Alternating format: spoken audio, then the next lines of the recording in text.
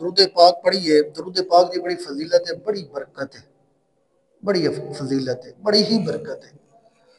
یہ واحد کام میں رب باری تعالیٰ خود فرماندہ ہے کہ میں تے میرے فرشتے بھی کرنے ہیں. اے ایسا عمل ہے, ایسا کام ہے کہ میں تے میرے فرشتے بھی ہے عمل کر رہے ہیں کہ نبی کریم تے درود و سلام پڑھنے ہیں. حضور اکرم صلی اللہ علیہ وآلہ وسلم تشریف فرما سن, صحابہ کرام حضور دے ارد گرد بیٹھے سن,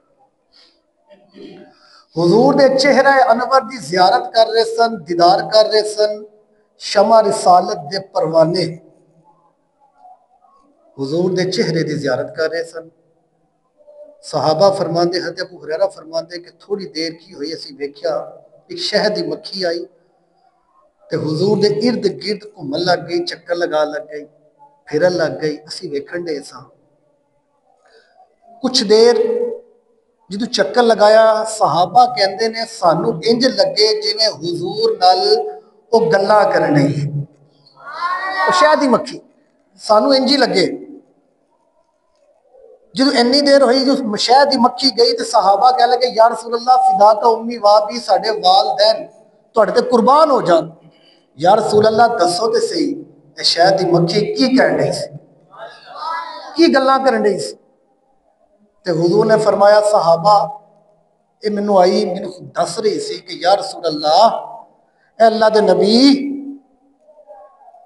اسی شہد دی مکھیاں پھلاں چو رس کٹھا کرنیاں, مختلف پھلاں دا رس کٹھا کرنیاں, کسی دا ترش, کسی دا نمکین, کسی دا کڑوا, کسی دا مٹھا ہوندا ہے.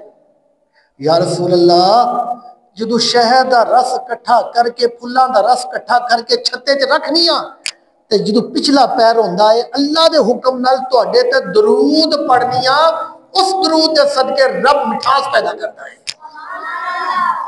اور رس دے وچ جڑی مٹھاس ہے نا اس درود دے نال پیندی.